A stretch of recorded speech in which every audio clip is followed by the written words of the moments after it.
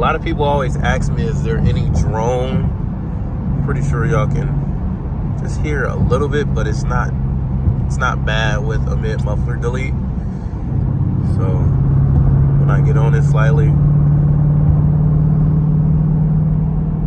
that's what it sounds like.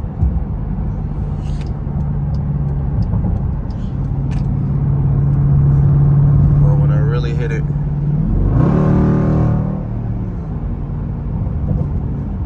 right now I do have the traction control on. It's not fully off. Well, it's off, but it's not turned all the way off. So, it's my settings, my setup. I like the suspension in sport. When it's in track, it's just a little too bumpy for me. So I like to ride around with it in sport and everything else in track. Y'all, quick little pull.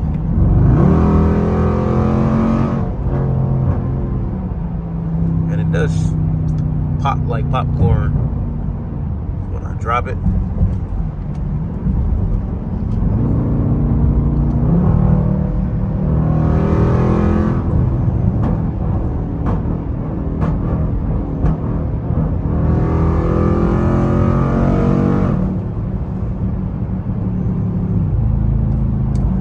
I don't think a lot of Durangos or any SRT actually does that. How? No idea. There's no tune. There's none of that. It's just when I get on it, let the RPM sit between 5.5, 6,000, and I let on and let off. It makes that popping noise the way it does. But smooth ride. I am on Ebot lowering springs. It's stiff. It's not too bumpy. It's better than the actual stock springs that comes on the 392s Durangos. So just a little FYI.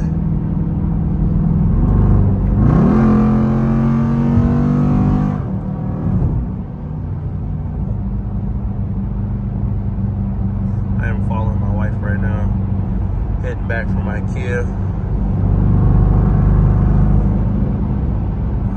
Just cruising around on our way to the house.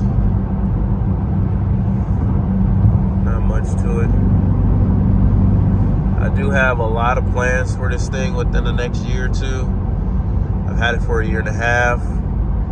Well over about 18 to 20 into it as far as the wheels, kit, a few little bolt-ons.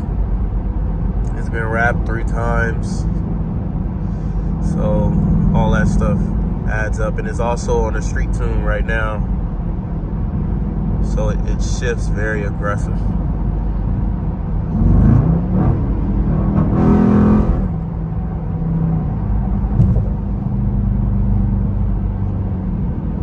Oh, and I do have, as y'all can see, this honeycomb carbon fiber LED steering wheel.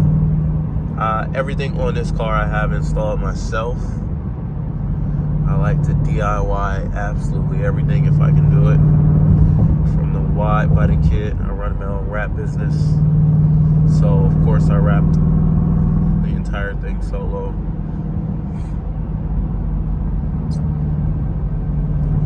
Let's see what the temp split we're sitting at right now.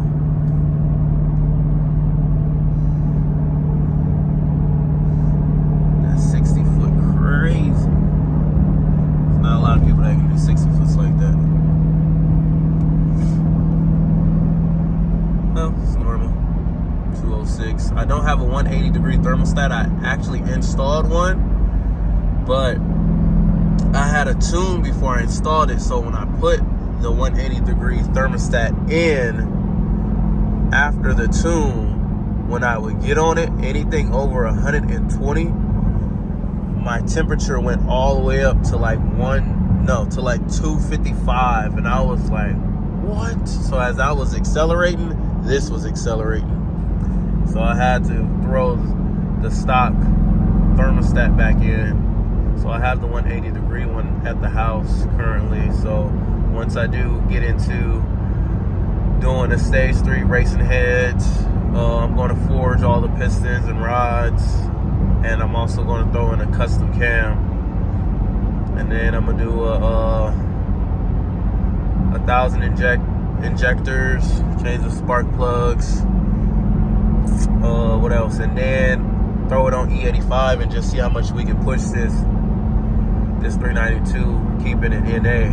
I really would love to at least get to about 556 to the wheels and about 7 to the crank. If we can get that, I will be extremely happy with that.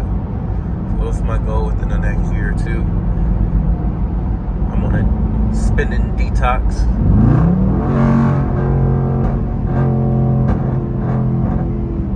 Whew, I just love that sound. But yeah, we just cruising on the way to the crib. But yeah, if y'all do have any questions about the build, let me know. I did have a E85 ProFlex Commander kit on there. It's basically a plug and play kit you can put onto these Durangos or any SRT, and it allows you to go E85 without actually getting a tune and doing all this crazy stuff. It's literally just a plug and play, and it gives you anywhere between 20 to 30 to the wheels. So that's a nice little thing to do. But yeah, what we're doing right now, sitting at